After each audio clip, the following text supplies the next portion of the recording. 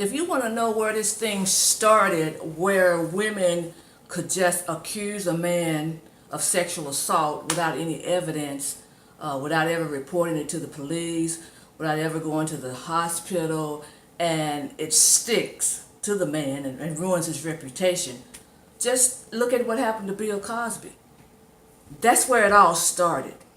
Now, a lot of people have forgotten how the whole Bill Cosby sex allegation, rapist, drugging women started. It started just like what they're trying to do right now, what they're trying to do with Brett Kavanaugh, what they tried to do with President Trump, what they did to Roy Moore. It started with Bill Cosby. Bill Cosby was the guinea pig. Once it worked on Bill Cosby, they tried it and they will continue to try it. Now, if I'm wrong, I welcome anyone to make their comments in the comment section. But tell me, when, before Bill Cosby, were women accusing from 40 and 30 years ago, coming up 30 and 40 years later, accusing men of sex without any proof, and it was believed? I can't think of a time that has ever happened. So now you can say, well, all of those women, let's start from the beginning, because it was not all of those women. It started with a one woman. After this comedian told a joke about Bill Cosby being a rapist, then here comes this one woman. She wrote her own article in the Washington Post. And I remember when the article came out and I read all the comments, nobody believed it. And they kept saying, where's the proof? They kept saying, this woman is nuts. She's writing all this and she's not providing any proof. After that, she wrote that article, she was allowed to go on television. So she got on television and told it, and she wasn't being challenged or anything. So whenever you can go on television and get interviewed and make all these accusations and you don't get challenged, you don't have to show any proof, they just let you say it all, then that invites other women to try it too. So after she went on there, Bowen, other women started coming. And they would get on television and tell their story unchallenged. Now, there was never any proof that some of these women, they even knew Bill Cosby. The majority of the women that he's accused of assault in some kind of way, they never even proved that they had ever met him. But they didn't have to. So that's how it started. So then Gloria Allred got involved because, see, now it started sticking. Because people were saying, well, all those women could not be lying. But they failed to realize that once one woman can get away with the lying, that encourages all kind of other women to come forward and do it. Okay, so then everybody forgets that Gloria Allred got involved, and she said, okay, she was encouraging women because she was going to get that $100 million from Bill Cosby. So so you tell me, if someone says, come forward and we're going to sue this man and we're going to get $100 million. So if you've ever been raped or assaulted by Bill Cosby, come forward. And what happened? Dozens started coming. So people said this was another defense people were saying. They said, well, how is it that they all could say the same thing and they didn't even know each other? So it has to be true. Okay, did you not hear what the women said on television? I mean, after you hear it a couple of times, anybody could come forward and say the same thing. I was joking to one of my friends after about 13 women had come and claimed he had done it. I said, girl, I could call in myself and say it. I already knew what the MO is. I could say, he gave me these 2 pills. I took them. I didn't want to take them, but I trusted him. I thought he was my dad because of the Cosby Show. So I trusted him and I took the pills and a glass of wine, and I woke up, my clothes was on, I was naked in the bed, or my clothes was disheveled and all that. That's what they all said, verbatim. But people said, well, how could they all say the same thing if it didn't happen? They heard it on television. So here we go. Now, I don't condone adultery, okay? And I don't take sides. I take facts. I don't say I'm for this person or for that person. I'm for the truth. So all these women came up. You say they 30, 40, and there was never any proof. Now he had come and he had met some of them, but the majority of them, didn't even have any proof that he even knew them. But it didn't matter because once people started believing the lie, it's just steamrolled. But none of them, not one of them, ever went to the doctor, to the hospital. No one called the police, and they all said the same thing. He was so powerful, and I didn't think nobody would believe me. This is in the 60s and the 70s. Bill Cosby was not that powerful, and you got to realize it was the 60s and the 70s. This is a black man, and these were white women. So you're not going to tell me that he was just so powerful in the 60s and the 70s when this all was going on that if they had told the cops, the police, that nobody would believe them. But not even that. They claimed. They never gave an excuse for why they didn't go to the hospital. Okay, if you wake up, if you take some pills, or you don't know you've taken something, and you wake up the next day with no clothes on, they just said they got up and went home. No, I'm going to go to the hospital and see what did I ingest. What was this? Nobody did that. None of them. So, we have that. So of course, the statute of limitation had run out on all these women. When they all came forward, it was too late. But, so let's go talk about the woman that he got convicted of today. The one that they put him in, they sentenced him to 3 to 10 years and put the handcuffs on him for being convicted of this woman called Andrea Constant. Now, let's hear her story. She worked at Temple University in the athletic department. Bill Cosby was on the board, some board at Temple University. She met him one time. So she claimed they became friends and he was going to be her mentor. Okay, now everybody knows that Bill Cosby is a married man. Nobody not knows this. There's nobody. It's impossible for you not to know this. So she claimed they struck up this relationship, friends, and then the night that this incident happened, she said she agreed to go to his house at 9 o'clock at night with his wife not being there, a married man, to talk about her career.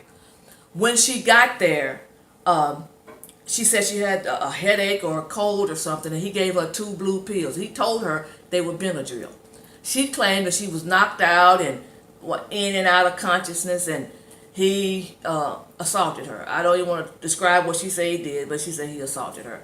Now, but she got up the next day and didn't go to the doctor either, and went on about her business. But not only that, after this alleged attack, it came out in court both times.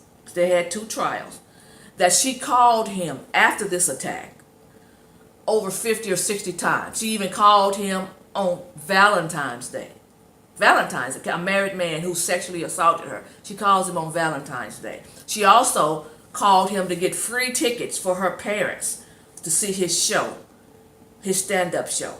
This is all after he supposedly sexually assaulted her. So after a year, she had quit working at Temple University and had gone back to Canada. After a year, she decided she was sexually assaulted. And so she decided to go to a DA. Well, the district attorney at that time said, you don't have any evidence, and so I can't prosecute. I mean, you have to have some kind of evidence to prosecute somebody. So he didn't have any evidence, and he told her that. So Bill Cosby agreed to give this woman millions of dollars and pay for her education, but he gave her millions of dollars to let this go. So, and he agreed, Bill Cosby agreed to do a deposition.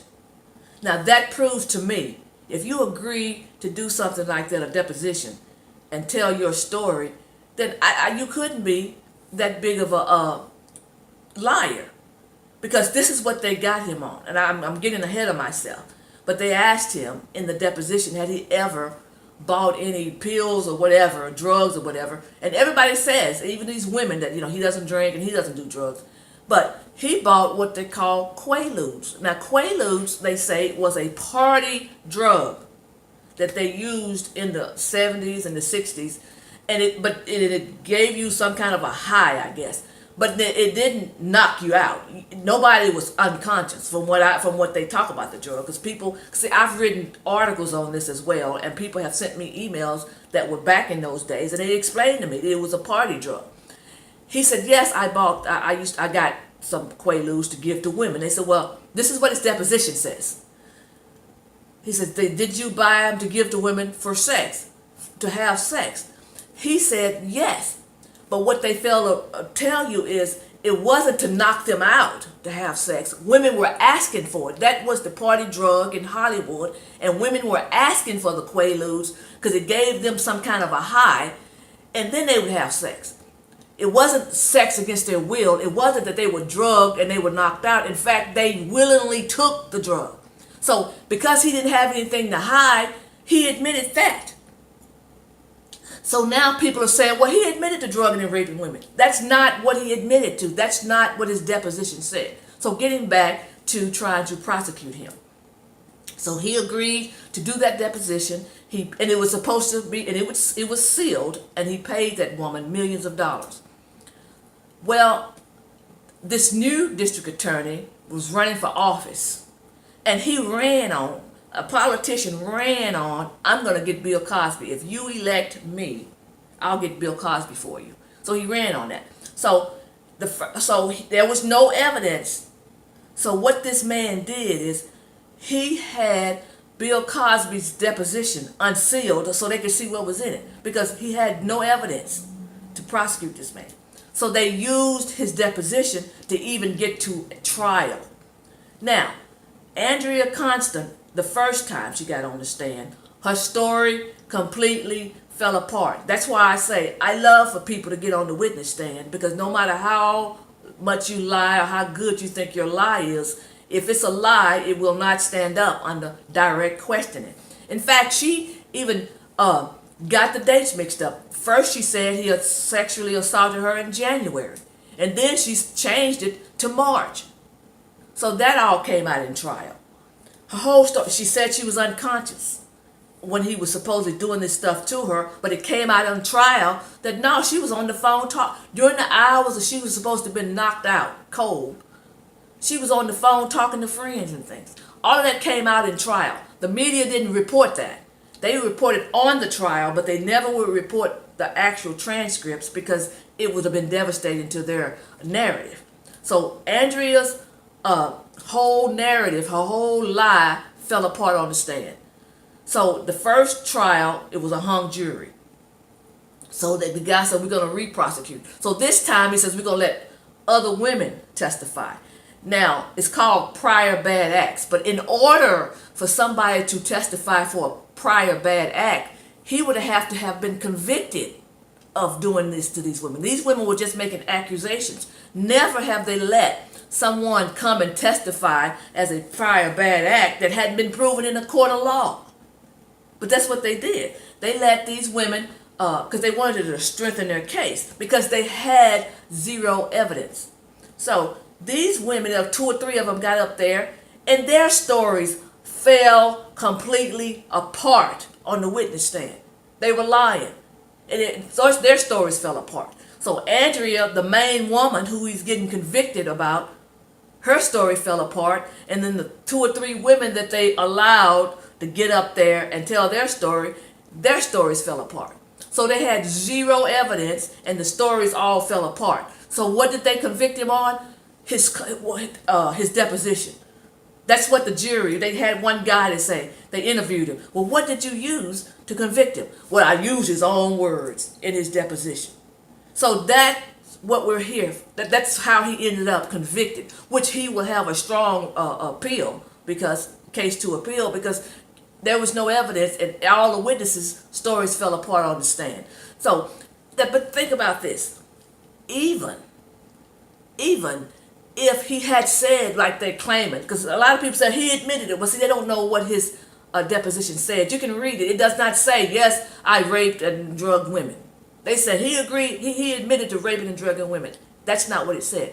But even if he had said, yes, I bought those Quaaludes and I drugged and raped women, that still did not mean that he drugged and raped this woman. If I robbed a bank last year and then somebody accused me of robbing a bank this year. They have to prove I robbed the bank this year. They can't say, well, since you robbed the bank last year, you probably robbed it this year too, so we're going to convict you, even though there's no evidence that you robbed the bank this year. We got proof that you robbed that other bank, but we have no evidence that you robbed this one. But we're still going to prosecute you and convict you and put you in jail because you probably did that too. So that makes no sense. But this was a political hit job on Bill Cosby. And it's sickening to me because everybody on television and all over the internet are celebrating, calling him a predator, a sexual predator and a rapist, and he finally got his. But then they're crying foul for all this Me Too stuff. They're crying foul that all these women are able to come up and say stuff without any proof. Well, it started with Bill Cosby. That's how it started. Once it worked with him, nobody had to show any evidence. And then you can just label somebody as a rapist without any evidence. You're a rapist, you're this, you're that. Without any evidence, we'll believe you. And that's why they say now, every woman that makes any accusation should be believed. You notice the narrative. If she makes she automatically should be believed. That came from the women that accused Bill Cosby, because that's when it started. They were believing them, and black people as well as white, everybody was believing these stories. So I'm pretty upset about it because Bill Cosby is a black icon. I'm upset because black people turned their back on Bill Cosby even before he even went to court, the first court. They had already turned their back on him. The HBCUs turned their back on him. They took his name off their walls. Bill Cosby single-handedly raised millions of dollars for HBCUs. He even used his own money for that. He paid for people's education.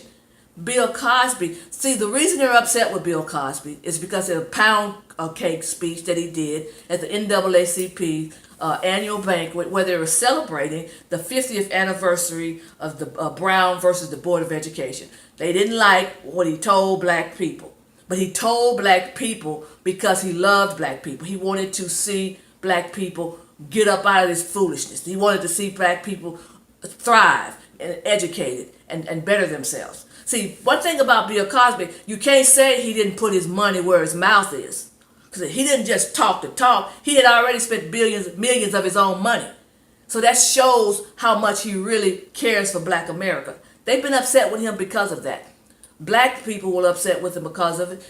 And white liberals was upset as well. Because white liberals didn't want him telling black kids to pull up your pants. White liberals didn't want him telling black kids to get an education and speak proper English. They were glad to see the kids in the hood with the pants down. They can't speak proper English and uneducated, getting into the 12th grade and can't read. In the 12th grade or the 6th grade, can't read and can't compute, do math at that level. The white liberals, they didn't want him stopping that. They wanted him on welfare. And the black race baiters didn't want him to tell him that either. So they joined hands. They joined hands and allowed women to come up out from everywhere to make these claims. Nobody ever challenged any of these women. None of them. They never got challenged. So here we are today. Bill Cosby is convicted with zero evidence. Zero. Nobody has ever provided any evidence. So that ought to scare men. That ought to scare you, because any woman, because it's gotten out of hand now. Now they're doing it to everybody. Because they use Bill Cosby, that works. So once something works, people continue to use it. It works. So every man should be afraid. If you have a son, nephew, your uncles, your brothers, your fathers, every man should be afraid right now. Because what is happening now, there is no innocent until proven guilty. All a female has to do now is come back from when you were in high school. Here you are, you're a married man with a family and living your life, and some crazy person comes back from high school who's a loser, whose life that they've messed up. They've messed their own lives up, and they're miserable, and they come back and they say, he did this to me in 1985. There's your reputation. And then, not only that, even without any proof, they label you. This is the part I don't like. They label people. They call you rapist. They call you a child molester. Judge Roy Moore had a 40-year public positions in the state of Alabama. Ran and won several elections. A man of God, never had anything negative in his background, except when he fought for the 10 Commandments, not to be removed from the courthouse. That's not negative, but to sinners it is. People that hate God, that's negative. But never. They turned that man into, he's a child molester now. They had women to come forward from years ago saying he did it with zero proof, zero evidence, nobody to corroborate it, nothing. Now he's a child molester. They've labeled him. That's what happens. That's what happens. So I'm sad because a black icon like Dr. Bill Cosby, like I say, I don't condone adultery, but nobody should be wrongly accused without any evidence at all of sexual harassing people, locked up, called a sexual predator with no evidence. And you say, well, the multitude of accusers does not make something factual. Just because 20 people accuse you, if neither one of those 20 people can come up with some facts to prove it, that doesn't make it true. But that's what they do. They dig up other women. They encourage other women. They did it with Bill Cosby. Gloria Allred, she encouraged more people to come. They did it with Trump. Trump fought them back. So some of the women that they accused Trump of, he had never even seen before, never met before. But that's what they do. They said, we're going to try it with him. And they're doing it with Kavanaugh. You see, they were writing letters and posting things on Facebook, the media, begging women from Kavanaugh's past, please, if you got anything on him, come forward, come forward. They were doing that. Because that's the MO now. If we can get several people to come forward, it doesn't matter if you have any proof. If we can get several women to come and say it, just say it, it'll stick. Because it's stuck to Bill Cosby. Have a blessed day.